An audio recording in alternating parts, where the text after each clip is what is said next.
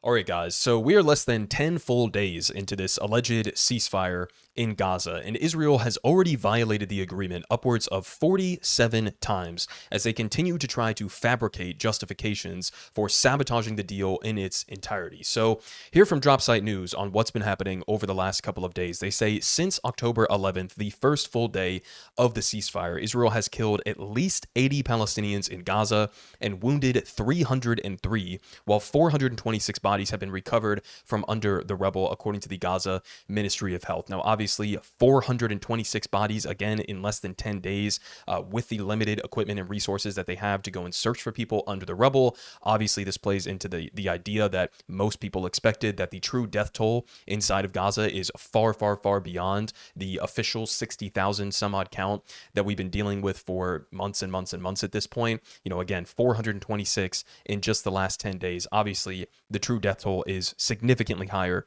than what we've been told officially on the record. Now, they continue here. They say the health ministry also published photos online showing some of the 150 bodies of dead Palestinians handed over by Israel as a part of the deal. The bodies bear signs of abuse, beatings, handcuffing, blindfolding, and execution. And they say only 25 of the 150 bodies have even been identified so far. In terms of the bombings over the last couple of days, they say Israel carried out a wave of attacks on Sunday, with strikes hitting a cafe and tents near hospitals in Al Zaweda, schools and homes in the Nusrayet and Barej camps, and areas near Kamal Adwan Hospital in Beit Lahia, killing dozens of Palestinians. Now, we also had an attack on a bus that apparently was carrying two families that were wiped out by the IDF. Here from Gaza Notifications, they say Israel continues to violate the ceasefire.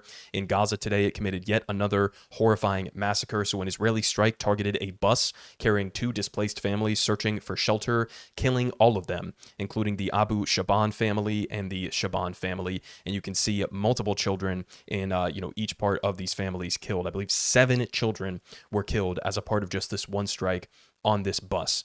Now, we also have video here as posted by Mustafa Barghouti on some of these bombings taking place. There were some reported in central Gaza, in North Gaza, in southern Gaza, just absolutely wreaking havoc across the entirety of the Gaza Strip. Now, as he points out here, he says Netanyahu reactivated his genocidal war on Gaza.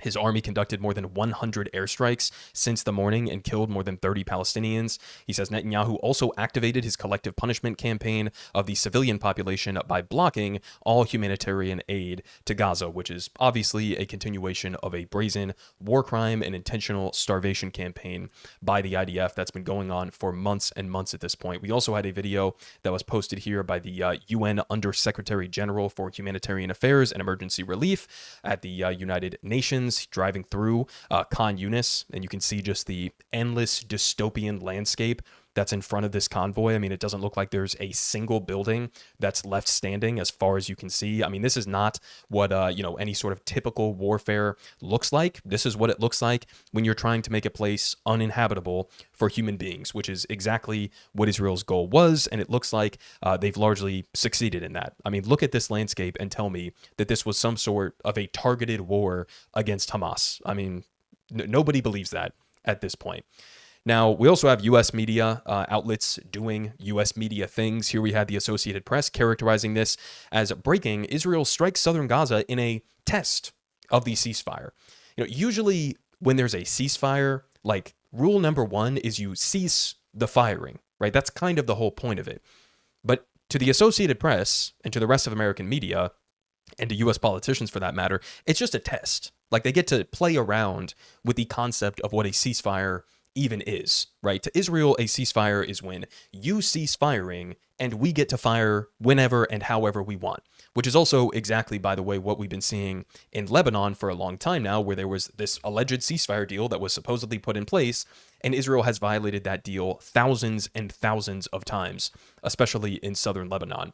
Now, we move on to this, and this is the most insane part of this video, which is the justification that Israel tried to give in order to explain why they ramped up this bombing campaign. So stay with me here, because what it looks like happened is some settlers who are part of this private organization that's doing demolition in Gaza. They were in a bulldozer or a tank. It's unclear exactly how it played out, but they were in some sort of a vehicle, right, doing these demolitions in southern Gaza, and they ran over an unexploded ordinance and blew themselves up, essentially, right? And then Israel lied about that, said that it was actually a Hamas ambush, and then used that to justify relentlessly bombing civilians in Gaza, as well as cutting off humanitarian aid. Okay, so stay with me on how all of this played out. So here we have to start off from Barak Ravid on October 18th. So this is 2 days ago. There was this vague and ominous statement that was put out from the State Department. They say the United States has informed the guarantor nations of the Gaza peace agreement of credible reports indicating an imminent ceasefire violation by Hamas against the people of Gaza. They say this planned attack against Palestinian civilians would constitute a direct and grave violation of the ceasefire agreement and undermine the significant progress achieved through mediation efforts. The guarantors demand that Hamas uphold its obligations under the ceasefire terms, saying should Hamas proceed with this attack, measures will be taken to protect the people of Gaza and preserve the integrity of the ceasefire. I mean, all of this wording is utterly and completely insane, right? You're talking about the United States of America or the IDF is suddenly in favor of what? Protecting Palestinian civilians? What are you talking about? And they're saying that this is an imminent attack that they have some sort of intelligence on that Hamas is going to carry out on Palestinian civilians. Now, there's two ways to read into this. Number one is that this was sort of the U.S. government teeing up that we're going to try to find some sort of a pretext to allow Israel to continue bombing inside of Gaza, and we're going to frame it as Hamas violating the ceasefire first through some sort of an attack that we're going to allege happened. The second way to read into this is by Palestinian civilians. They're actually talking about some of these IDF-backed gang members inside of Gaza that have been operating with the support of the IDF for months and months and months at this point, in many cases looting aid, in many other cases murdering people. And so Hamas is saying that they've essentially been rounding up some of these collaborators and killing them, again, alleging that they've committed some sort of grievous crime or whatever the case may be. So if that's what they're talking about, then I guess they're saying it's a violation of the ceasefire for Hamas to kill or to arrest IDF collaborators inside of Gaza. So maybe that's what they were saying. But either way you want to read into it, we had this statement that was put out. Then, right, a day or so later, we have the IDF saying this. So earlier Sunday, Israel's military said that it hit multiple targets in the Gaza Strip using aircraft and artillery after it accused Hamas of shooting at Israeli soldiers. Military officials later said 2 soldiers were killed. So an Israeli military official told CBS News that Hamas had targeted its soldiers with a rocket-propelled grenade and sniper fire, saying both of the incidents happened in an Israeli-controlled area east of the Yellow Line, which is the line that demarcates where the IDF was supposed to pull back to in Gaza. They say this is a bold violation of the ceasefire.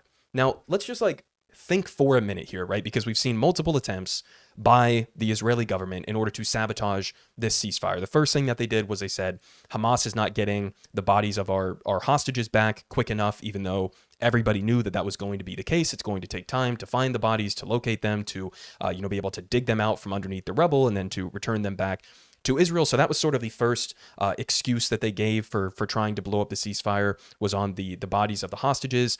Then they started saying, well, Hamas is carrying out these, executions or attacks on the IDF-backed gangs, and so that's a violation.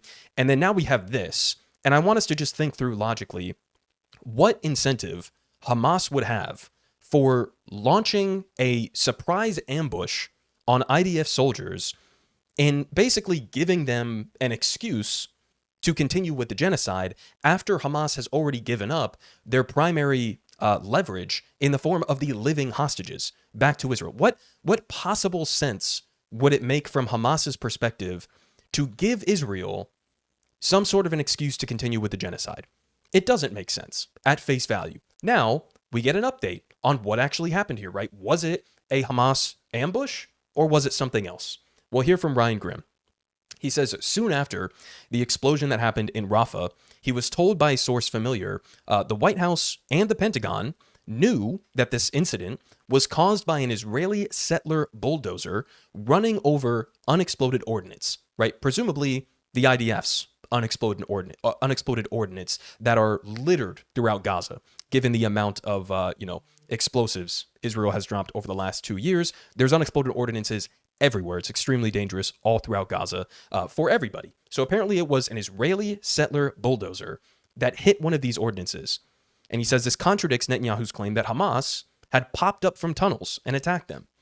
He says after Netanyahu said that he was blocking all aid from entering Gaza in response to this and unleashed a bombing campaign, the administration, Trump administration, conveyed to Israel that they know what actually happened, right? In other words, we know that you're lying about this. Netanyahu then announced that he would reopen the crossing in a few hours. So, do you understand what's happening here? We have, again, multiple different iterations within less than 10 days of this supposed ceasefire, right? Not only has Israel violated the ceasefire dozens and dozens and dozens of times before any of this specific situation played out, but you also have them using the bodies of the hostages as some sort of a pretext. You also have them using Hamas's crackdown on collaborators as a pretext. And then now you have them, okay, you have Israeli settlers, okay, who are part of this private, contracted organization that's doing demolitions in Gaza. And they run into their own unexploded ordinance, blow themselves up, and then lie about it in order to justify breaking the ceasefire and bombing all throughout Gaza, killing a bunch of civilians, and also trying to cut off aid from getting into Gaza, which is a war crime, by the way, regardless of what your justification is. And oh, by the way, I thought the IDF and the U.S. government have been telling us for months that, no, it's not Israel blocking the aid from getting into Gaza. It's actually the fault of the United Nations or something. No, it turns out throughout these entire ceasefire negotiations, they've just openly admitted, yeah, the IDF completely controls the flow of aid into Gaza, so much so that we can turn it off like that on a dime. So they basically completely fabricated a situation in order to justify this. And then even the Trump administration was like, bro, we know that you're lying. Like, that we know what actually happened here. Cut this shit out, right? Because to some extent, at least, Trump kind of wants this, ceasefire agreement to play out. And we've talked about maybe why his incentives would be in that kind of a place, right? He wants to carry out this dystopian plan that he has set forward in Gaza. He has some, I guess, some sort of a financial stake in the future of Gaza that he envisions. He also has financial ties to all of these other countries in the region, that want to see a ceasefire actually play out. And so to some extent, at least with the mood that he's in right now, Trump is like, okay, I don't want you to just completely blow up the ceasefire based off a complete lie that you just fabricated. And so apparently they put pressure on the Israelis, at least behind the scenes, and Netanyahu immediately was like, okay, fine, I'll reopen the crossing. I mean, it's just the levels of depravity from the Israeli government, right? This is why I say on this channel all the time, anything that you hear from the IDF, anything that you hear from the Israeli government or from the US government, for that matter, especially when it comes to Israel, you should assume that it is a lie. You should assume that what they're claiming is actually the inverse of reality by default. Because 9 times out of 10, 10 times out of 10, basically, they're lying, right? And this is just another example of that. I mean, lying after lying after lying in order to justify breaking this ceasefire, right? Sabotaging it. So utterly insane that this just played out over the last day or so. Of course, the U.S. media is not going to report on this, accurately, and they'll run with the IDF line of, oh no, it was actually a Hamas ambush or something like that for no reason, as the IDF is claiming. Now, a couple more things here. We have Trump sitting down with Maria Bartiromo, and he was asked about his plans for developing Gaza, right? Let's go ahead and listen to what his alleged plans are, because it seems like, as he describes it here, it's just full-blown ethnic cleansing. Beautiful. It could be developed, and you said you wanted to develop it. Well, do you not have me plans for that? Not me as an individual. The U.S. I liked it as like Freedom Place. You call it Freedom Place, and we would get all of the people that live there into decent homes throughout the region.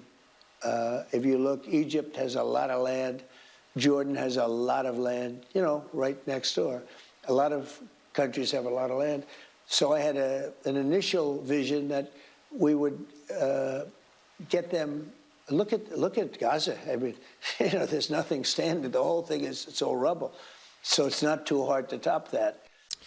Okay, so I mean, first off, there's something truly sick and depraved about hearing a guy who's been totally complicit in the demolition of Gaza talk about it as if he's some like neutral third party about, oh, well, look at Gaza, it's uninhabitable. It's like, yeah, that was their goal. That was their plan. They wanted to make it uninhabitable so that they could justify the very thing that you're now describing as your plan, which is full-blown ethnic cleansing of the entire population from Gaza. So there you have it directly from Trump. It seems like his plan is to push the population out into surrounding countries, which, by the way, is a totally, completely insane fucking plan, right? You're going to put 2 million or however many Palestinians actually remain in Gaza at this point, a population that has been utterly and completely physically and mentally traumatized. You're going to send all of those people into Egypt.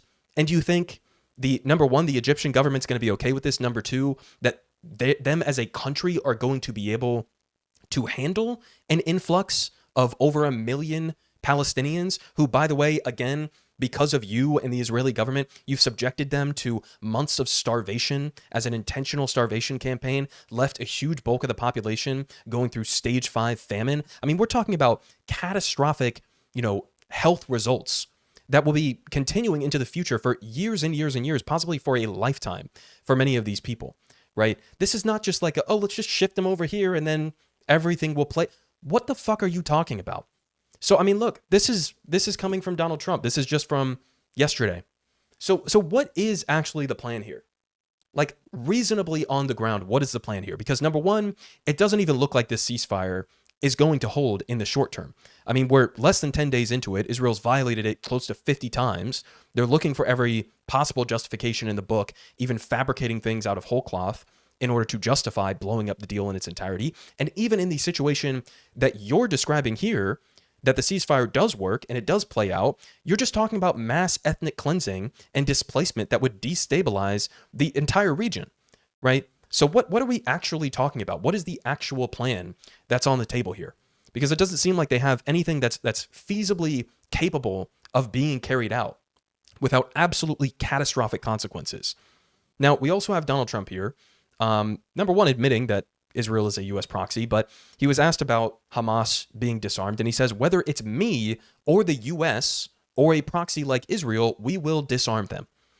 So, I mean, again, guys, first off, to go back to back in the same interview and to say, my plan is to push the entire population out of Gaza, right, which isn't even a part of this alleged deal. That's not supposed to be the plan, but he's saying, my plan is to push the entire population into surrounding countries, and then to simultaneously say that Hamas or all Palestinian resistance forces have to disarm. You've subjected the entire population of Gaza to a full-blown genocide for 2 years straight, right? Israel committing the crime of all crimes, no accountability for them whatsoever, no calls for them to disarm, but the people who they have subjected to a genocide have to disarm and submit themselves entirely to the whims of, I guess, either Israel or the United States, or both of them in tandem, as you're openly outlining your plan for full-blown ethnic cleansing. Again, what the fuck are we talking about here, guys? What are we actually talking about? I mean, is this the disarmament thing just a very thinly veiled pretext to give them permission to continue the genocide whenever they want? Because that's what it seems like.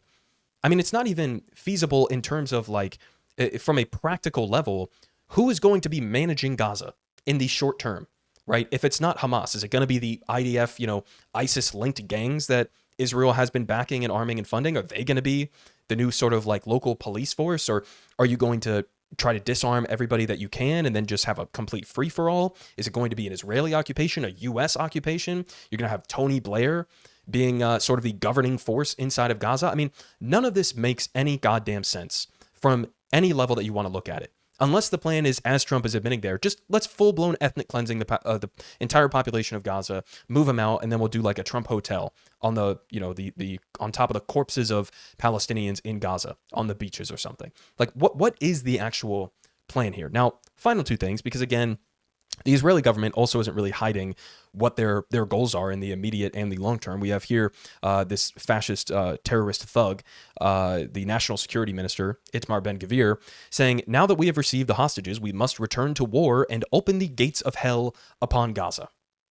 So, I mean, again, exactly kind of what we were predicting as this deal came to fruition was that, well, the second that Israel gets their remaining living captives back, they're just going to return to the genocide. That's exactly what he's calling for. And it's also, what Bezalel Smotrich, the finance minister, has also been calling for, who said, we are going to have Jewish settlements inside of Gaza. So openly talking about not only continuing with the genocide, as pointed out here by Itamar Ben-Gvir, but as Bezalel Smotrich says, also, I guess, annexing Gaza and moving Israeli settlers into their land. Now, final thing here, guys.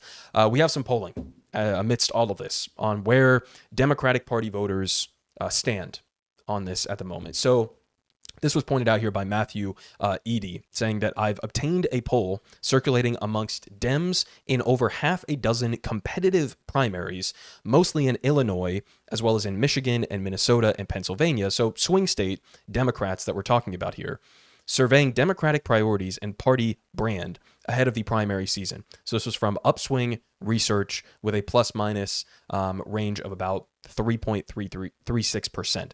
So a couple of details on this, right? Thing number one here in terms of favorability ratings, we have AOC, Alexandria Ocasio-Cortez, 74% favorable with only 6% unfavorable. She has a significantly better ratio here, I think, than even Kamala Harris, who is overwhelmingly still viewed as favorable by 80% to 12%. Then we have Joe Biden, who has a little bit more, negative feelings here. 16% are negative on Joe Biden, 72% are favorable. Then we have the Democratic Socialists of America, or I guess Democratic Socialists in general, and that's 60% favorable to 12% unfavorable. And then we have finally Chuck Schumer, who's sitting at a 40 to 32 split, significantly worse off than anything else on this poll. I think for obvious reasons, given the totally failed leadership of Chuck Schumer over the last year or so. Now we also have favorable and unfavorable of Israel and Palestine issues. So Israel in general, keep in mind, again, we're talking about swing state Democratic voters here, right? And it's not split by Gen Z or whatever. This is just Democratic Party voters in swing states.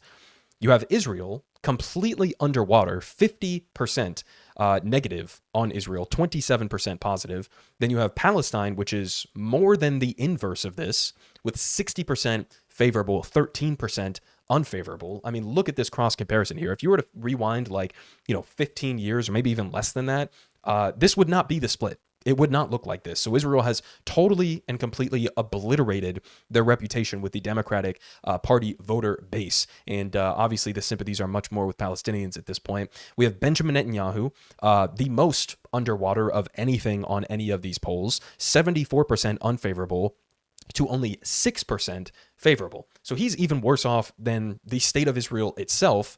And then we have AIPAC here, significantly underwater, 40% unfavorable to 16% favorable. And then we have the pro-Israel lobby in general, which has an even less favorable rating here than AIPAC, which I guess maybe the discrepancy here is that some people don't know what AIPAC is. They don't know that they're the Israel lobby, but still don't really like them. But the pro-Israel lobby completely underwater there, 52 to 14. And then we have the United Nations and Doctors Without Borders, which have both been relentlessly attacked and smeared by Israel. You have the United Nations sitting here at a 73 to 7 split, and Doctors Without Borders at an 82 to 3 split. So the Hasbara propaganda has failed on both of those fronts, at least with the Democratic Party voter base. We also have organic impressions of Israel leaning negative. In your own words, please describe your impressions of Israel. Negative is at 59%. Positive is at 27%. When you look at the top ones for people who said negative, committing a genocide, fair point there, is number one. Number two is led by a terrible leader and right-wing government. Number three is acting like an apartheid state, racist and oppressive. So again, all of those completely fair and valid points. Then you have on the positive side, support the people, but not the government. So even when you go to people who have a positive view of Israel, the number one answer is, well, maybe I support the Israeli people, but not the actual government of Israel, which is kind of incredible. Obviously, we've also looked at the polling data on the Israeli public, who overwhelmingly support the genocidal onslaught against Gaza. Now, final thing here, we have split here on the sympathies, whether with Israel or with Palestinians, 47 to 43% split here between, and that's not between Israel and Palestinians, it's between Palestinians and equal sympathy. For Israelis, that's down here at 5%.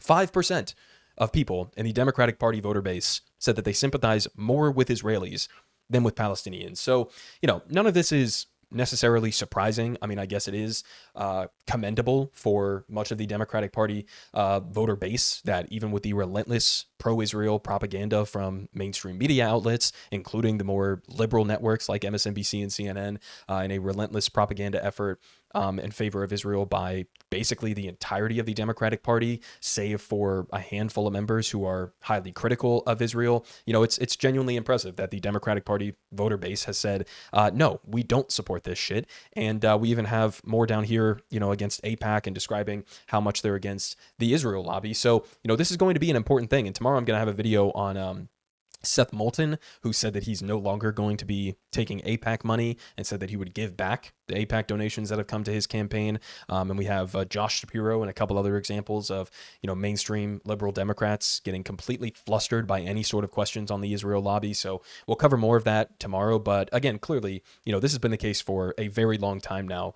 Israel has fucked themselves, both with the Democratic Party, base, as well as with young people who overwhelmingly look at what Israel is doing. They look at the apartheid, they look at the ethnic cleansing in the West Bank and the terrorist, settlers over there. They look at what Israel has done to the Palestinians in Gaza, and they say, no, we are not going to support this. And, this is not going to get better for them over time. They're essentially completely leaning on Republicans and, Trump specifically and his support to continue behaving in the way that they have been. So I'll leave you guys off with that. Obviously the massacres are continuing inside of Gaza. They're continuing to look for ways to blow up this ceasefire. It's extremely fragile, if you can even say that. It's hard to think that there even is a ceasefire right now, as we have dozens of Palestinians that, are seemingly being murdered on a near daily basis. So we'll have to keep our eye on that and see what they're going to attempt next, obviously, in the wake of that bulldozer hitting an unexploded ordinance. But, this is why we got to keep on top of it, because you can't take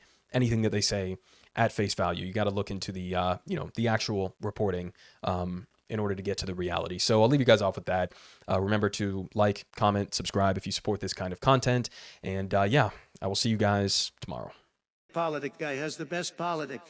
Believe me, no one does it like him.